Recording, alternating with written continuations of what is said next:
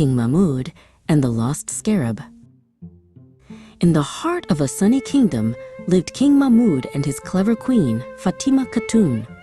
Their palace was dazzling, full of silk carpets and singing fountains. But King Mahmoud had one treasure he loved the best, a tiny jade scarab beetle charm. One morning, while King Mahmoud was inspecting a brand new, swirling star map, the tiny scarab slipped right out of his pocket. Plink, it went, but the king was too busy counting the constellations. Later that day, Fatima Khatoun noticed the king looked sad. "Mahmoud," she asked gently, "where is your little green friend?" King Mahmoud felt his empty pocket and gasped, "My scarab, it is gone." The king's guards searched everywhere, in the treasure room, under the throne, and even in the royal baker's giant flour barrel. But the scarab was nowhere to be found. "It's too small," cried King Mahmoud. "We need a new plan." Fatima Khatoun smiled. "Let us not search for the treasure itself, my king.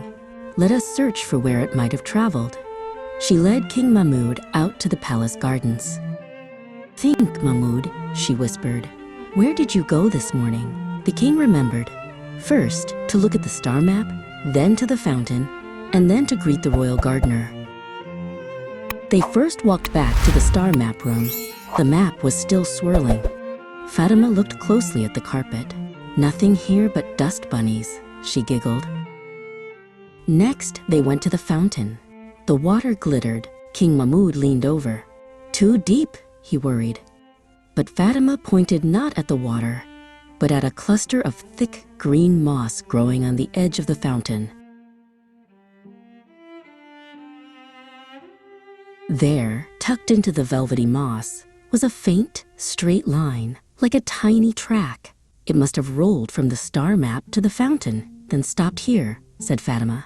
And sure enough, lying half hidden in the cool, bright green moss was the little jade scarab.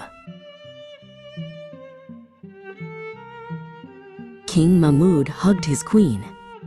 "You did not look for a treasure, you looked for a clue," he cheered.